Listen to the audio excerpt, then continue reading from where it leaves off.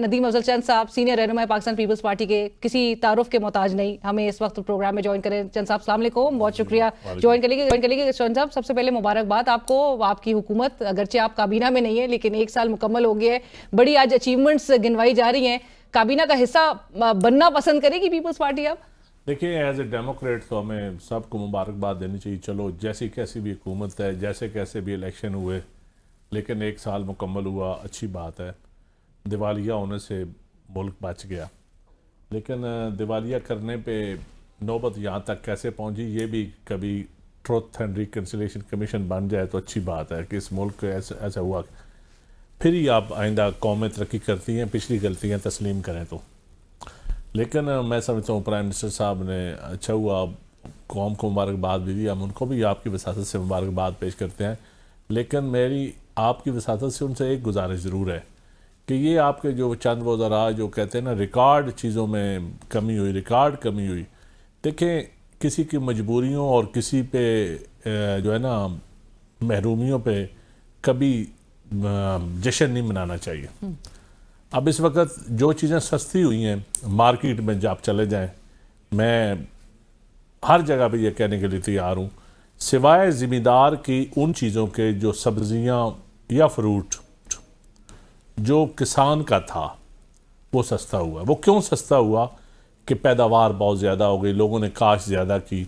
गंदम काश लोग ज़्यादा करते हैं, गंदम की क्योंकि क्राइसिस बनाया गया किसान के लिए। सरमायादार ने तो पैसे कमाए, 1700 बिलियन का एक बहुत बड़ा फ्रॉड हुआ है इस 1 साल के अंदर। अगर इस मेगा स्कैंडल का सही एहतसाब हो जाता तो आइंदा हमें गंदम इंपोर्ट ना करनी पड़ती। वो आज जो वजीर खजाना ने कहा है, वजीर आजम साहब कह रहे थे हमें एक स्कैंडल बताएं सबसे बड़ी कामयाबी। मैं बता रहा हूं ये गंदम स्कैंडल है। वजीर आजम साहब, मैं मुद्दई बनने के लिए तैयार हूं। मैं आपके प्रोग्राम में कह रहा हूं कि अगर कहते हैं तो मैं अपने नाम की एप्लीकेशन देने के लिए तैयार हूं। आप कह रहे हैं 1700 अरब का ये स्कैंडल? अगर ये 1700 अरब का, जितनी 35 लाख टन गंदम इंपोर्ट हुई, जितने पे फ्लोर बिल को दी या मार्केट में बेची गई, जितने पे पहले खरीद के गवर्नमेंट के पास पड़ी हुई है, 35 लाख टन पे जितना पैसा, जितना बेनिफिट सरमायादार को दिया गया, इंपोर्ट करके जो सरमायादार को दिया गया, और फिर उसने जो आगे बेची, उसका ज़रा आप जमा तफरीक कर लें तो वो 1500 अरब से ज़्यादा बनती है। 100 कीड़ों वाली गंदम की आप बात कर रहे हैं? जी, मैं 100 कीड़ों वालों की, और वो जो आवाम आटा नहीं खा रहे जिस गंदम का, और जो अपनी गंदम पड़ी हुई है पिछले 2 साल पहले की 28 लाख टन जिसको कीड़े खा रहे हैं। किसान की तो आपने खरीदी नहीं, 4000 का झांसा देकर और काश करवाई, और उसके बाद आप 2500 में आपने खरीदी। ये पहला स्कैंडल है। वो तो मरियम साहिबा कह रही थी ना कि मिडिल मैन को फायदा नहीं पहुंचाएंगी। मिडिल मैन, उनको नहीं पता कि मिडिल मैन हमारा बैंक होता है, हमारी जो आड़ती होता है, उसी से हम खाद लेते हैं, उसी से हम तेल लेते हैं। अगर वो ना खरीदे, किसान की गंदम या जिनस ना खरीदे तो कौन खरीदेगा? मुझे गवर्नमेंट ना गंदम दूसरे जिले में बेचने देती है, ना दूसरे सूबे में बेचने देती है, और सरमायादार को दूसरे मुल्क से मंगवाने की इजाजत है। ये है फर्क, ये है महंगाई, ये जो ड्रामा कर रहे हैं ना सस्ता महंगे का। चंद साहब, अभी आपने एक स्कैंडल तो बता दिया गंदम का, अब आगे सब खुशहाल है? दूसरा, लोगों की जानें सस्ती हैं। शनाख्ती कार्ड देख के लोग मारे जा रहे हैं। पहले बंदा मरवाने का रेट 22-25 लाख था, अब 5 लाख रुपया दें तो आप जिसको मर्जी मरवा लें। ये लॉ एंड ऑर्डर की सूरत हाल है। आप चेक कर लें, जाके मार्केट उठा तमाम पर की वारदातें देख लें। आपके खुद रिश्तेदार मेरा कज़न का बेटा आज भी तीसरा दिन है, मुंतज़िर अगवा है, घर से उठा के ले, गांव से 1.5 करोड़ रुपया तवान मांग रहे हैं। सर, गवर्नर पंजाब में पीपल्स पार्टी आपका है? गवर्नर तो एग्जीक्यूटिव ऑर्डर है। गवर्नर तो आर्ट्स एंड कैटल शो में नहीं जा सकता, इजाजत नहीं है उसको जाने की। उनको बुलाया नहीं? आप चेक कर लें, शायद मुझे गलती लगी हो, शायद बुलाया गया हो। हम इतादी है ना, हम है समझौता एक्सप्रेस वाले, इतादी नहीं है। तो सर ये मजबूर एक्सप्रेस नहीं है समझौते से ज्यादा? समझौता एक ट्रेन का नाम है, जो ट्रेन चलती है उसका नाम समझौता एक्सप्रेस। वो तो आपको तो पता है। हम जमहूरियत के साथ समझौता कर रहे हैं, इस पार्लियामान के साथ हमारा समझौता है, और उस समझौते का ये लोग फायदा उठा रहे हैं। आप कहते हैं फिर इलेक्शंस नहीं हुए, जब तक सियासी हुकूमतें बैठकर फैसला नहीं करेंगी इस मुल्क को कैसे चलाना है। अब आप कहते हैं कि वोट को की ताकत से मुल्क को चलना है, या वोट को इज्जत देनी है कि नहीं देनी है, लेकिन फिर पीपल्स पार्टी है जो कि जिसके वोट से ही ये हुकूमत बनी है। देखिए हमारे वोट से बनी है जी, हम आइंदा भी हुकूमतें बनाएंगे, हम हमेशा क्राइसिस इसी तरह फेयर इलेक्शंस नहीं होंगे। हमने पीटीआई का भी साथ दिया, उनको इस्तीफे मंजूर ना करने दिए, उस वक्त स्पीकर को रोका, हमने धरने में 2013 में साथ दिया। हम हर क्राइसिस में पीपल पार्टी आके खड़ी हो जाती है जमहूरियत के साथ, पार्लियामान के साथ। लेकिन हुकूमत में आने के लिए ऑपोजिशन में आ सकते हैं। आपने खुद बोला कि हम ऑपोजिशन में आ सकते थे। नहीं, अपोजिशन में हम आ सकते थे, लेकिन अपोजिशन में आते तो फिर या तो नया इलेक्शन होता या मार्शल लॉ लग जाता, पार्लियामान तो ना चलती ना, और नया इलेक्शन यही फॉर्म 47 वाला दोबारा होता तो। सर अभी इस वक्त आपको लगता है पार्लियामान चल रही है? देखिए लूली लंगड़ी चल रही है, बिल्स पेश हो रहे हैं, डिबेट हो रही है, वक्फा सवालात होता है, ये तो आप पीटीआई की इमेच्योरिटी है। सर लेकिन पार्लियामान तो के अंदर से बंदे उठा के लेके चले जाते हैं। मैं कहता हूँ ये पीटीआई की इमेच्योरिटी है, जो सियासत जिनको करनी नहीं आ रही, जो पॉलिटिकल डायलॉग पॉलिटिकल लोगों से नहीं करते, जो खत सिर्फ एग्जेक्टिव लिखते हैं, इस्टेब्लिशमेंट को खत लिखते हैं, जो अपने सियासी लोगों से बातचीत करने के लिए तैयार नहीं है, और अमेरिका से लेकर गेट नंबर 4 तक अर्जियां पेश करते रहते हैं, ये उनकी इमेच्योरिटी है। वो कह रहे हैं कि इनके पास इख्तियार नहीं है ये फॉर्म 47 वाली। तो आपकी जमात के अंदर से भी वैसे आवाजें आ रही हैं। वो नासिर साहब की स्लिप ऑफ टंग जरूर हो सकती है, लेकिन गवर्नर पंजाब ने तो कहा है कि पूरा पाकिस्तान नहीं, इसमें तो कोई शक नहीं है, इलेक्शन फेयर नहीं हुआ, ये तो कोई शक ही नहीं है, ये तो हर बच्चे को पता है कि इलेक्शन फेयर। क्या हुकूमत की क्रेडिबिलिटी क्या है? इस मुल्क में कब फ्री एंड फेयर इलेक्शन हुआ है? किरदार बदले हैं ना, कभी तो आवाज उठेगी ना। नहीं, जनरल पाशा से लेके ज़ियाउल हक से लेके जनरल अबीद गुल का इस्लामी जमहूरी इत्तेहाद से लेके फिर आप आ जाएं, जनरल इत्तिशाम ज़मीर ने ज़मीर जगाते रहे, अल्लाह उनको जन्नत नसीब करे, काफ लीग बनी, फिर पेट्रियाट बनाई गई, फिर जनरल फैज का 2018। देखिए ना, इस नहीं किसी ने फ़ायदा उठाया। मैं अक्सर कहता हूँ कि ब्रिगेडियर आदल या जनरल अमीद गुल या जनरल फैज नहीं थे तो पीपल्स पार्टी के कभी नहीं थे, बाकी सब के रहे हैं, और सारे जमहूरियत के साथ सब ने खलवाड़ करने में हिस्सा डाला है, और आज तकरीरें बैठ, ये इनकलाबी नहीं है, ये तो कहते हैं कि हमारी बारी जल्दी आने दो, हमारी बारी जल्दी आने दो। राइट। अब लेकिन चंद साहब माजरत के साथ, लेकिन आज आपको इनेबलर कहा जा रहा है, इस पूरे सेटअप का इनेबलर आप। अच्छा, हमारे पास चॉइसेस बहुत कम है, हम क्या करें? हम जमहूरियत को बचाएं, सिस्टम को बचाएं, हम किसका साथ दें? हमने पार्लियामान का साथ देना है। पार्लियामान का फायदा कभी पीटीआई को होता है। शो में दावतनामे का इंतजार करें। नहीं, अल्लाह, वो तो अच्छा काम है, बड़ी मुद्दत बाद वज़ीर आला साहब ने शुरू किया, उनको अप्रिशिएट करना चाहिए, लेकिन इससे ज़्यादा मैं अप्रिशिएट करता अगर वो दूसरी सियासी जमातों के मुखालफिन को भी इन्वाइट करती, और अप्रिशिएट करता उनको। अच्छा काम किया उन्होंने। आर्ट्स एंड कैटल शो एक रवायती हमारा कल्चर था, पंजाब में होता था, जो कई सालों से बंद था।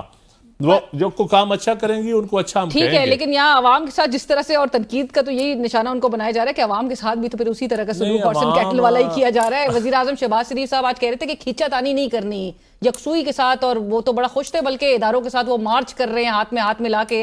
लेकिन जब वो बात करते हैं कि खींचातानी नहीं करनी, इस वक्त जो सूरत हाल है चंद साहब माजरत के साथ, ऑपोजिशन की जो सबसे बड़ी जमात है उसका सरबरा जेल में बैठा है, और आप कह रहे हैं कि खींचातानी नहीं करनी, आप उसको कोई ब्रीदर नहीं दे रहे, मुसलसल टारगेट उसकी। अगर आप इदारों की इज्जत की बात करते हैं ना, तो मैं समझता हूँ कि इदारों को भी हमारी बैड गवर्नेंस की वजह से, इन लोगों की वजह से गालियाँ पड़ रही हैं, और वो तनकीद हो रही है शहबाज शरीफ साहब की वजह से। हाँ, जो बैड गवर्नेंस जो है उसकी तनकीद हो रही है। मैं किसी का नाम नहीं लेता किसकी वजह से है बैड गवर्नेंस, जिसकी भी है सही बैड गवर्नेंस। वो तो सारा गवर्नेंस का चार्ज ही आर्मी चीफ साहब को दे रहे हैं। नहीं, देखें, मैं एज पर आइन तो नहीं हम दे सकते ना, चीफ एग्जीक्यूटिव की पावर्स हैं, चीफ एग्जीक्यूटिव का काम है।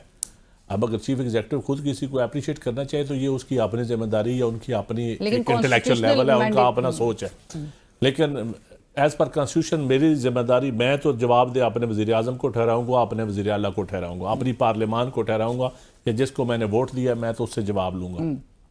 मेरे स्टेक होल्डर वो हैं, अब वो बेख्तियार हैं या उनके पल्ले कुछ नहीं है तो इसका जवाब दे मैं नहीं, एज ए अवाम मैं नहीं हूँ, वो है। वो खैर तो ये तारीख देखी है, आपको ये भी पता है। नहीं, अल्लाह करे कभी, लेकिन स्ट्रगल करनी चाहिए।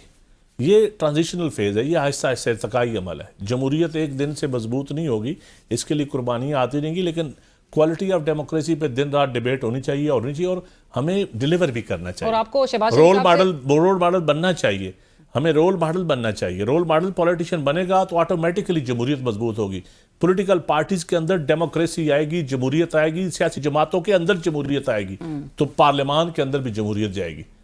अदरवाइज ऐसा ही इलेक्शन कमीशन हमें विरसे में मिलेगा और ऐसे ही सारा कुछ होगा। सर, और पॉलिटिकल पार्टीज में जमहूरियत किस हद तक है? वो तो सियासी वर्कर्स आपको अभी आपने कैबिनेट की एक्सटेंशन देखी है, जमहूरियत नहीं। आपने कैबिनेट की एक्सटेंशन देखी है, उसको एक्सपैंड किया है, ऐसे लोग उसमें अकोमोडेट किए जा रहे हैं कि नून लीग के तो अपने लोग ग्रीवेंसेस के साथ सामने आ गए। देखिए ये उनका राइट है जी, किसको कैबिनेट में लेते हैं किसको नहीं लेते, ये एक पॉलिटिकल जमात का राइट है। लेकिन उनका क्राइटेरिया क्या है? ये पब्लिक प्रॉपर्टी है, इस पर पब्लिक तनकीद कर सकती है, लेकिन ये एक वज़ीर आज़म का राइट है एज़ पर कॉन्स्टिट्यूशन को, जिसको मर्जी अपनी काबीना में ले।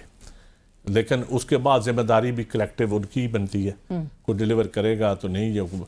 लेकिन सर इस वक्त मतलब चंद साहब हालात ये इनामियां वजारतें नहीं होनी चाहिए, इनामियां वजारतें नहीं होनी चाहिए, लेकिन उस वक्त भी कहा जाता है कि जी समझौते करने पड़ते हैं। नून लीग के लोग कह रहे हैं कि जी शामिल नहीं किया जा सकता अगर अपने लोगों को।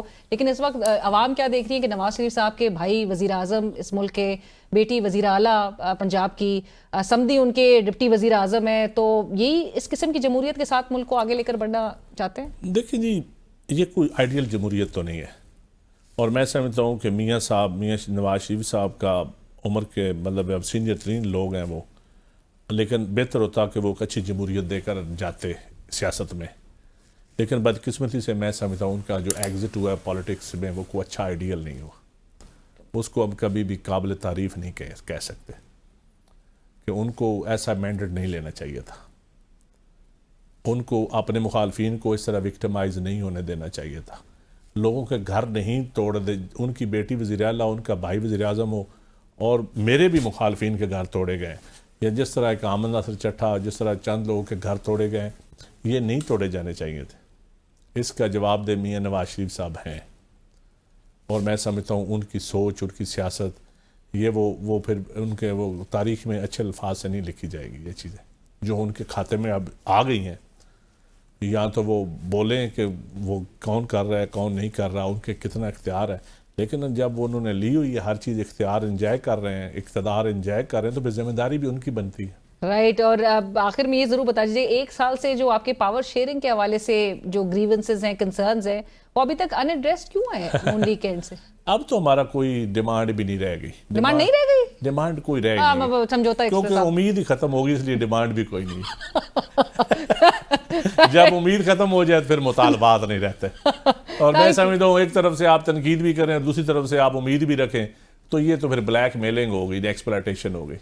इसलिए हमें कोई उम्मीद, मुझे तो कम अज़ कम एज ए पॉलिटिकल वर्कर उनसे कोई उम्मीद नहीं। फिर तनकीद जारी रहेगी? तनकीद जो हक सच की बात है वो करती रहनी चाहिए, या सियासत छोड़ देनी चाहिए। सफोकेशन है, घुटन का माहौल है, यहाँ सच नहीं बोला जा सकता सारा, लेकिन चलो कमज़ोर ईमान की निशानी है, 10% ही बोल दें। थैंक यू नदीम अफजल चंद साहब, बहुत शुक्रिया। और उस पर भी नोटिस जारी हो जाता है, but thank you for joining us. Programme की टीम अलीना शेखी को इजाज़त दीजिए। अल्लाह हाफ़िज़।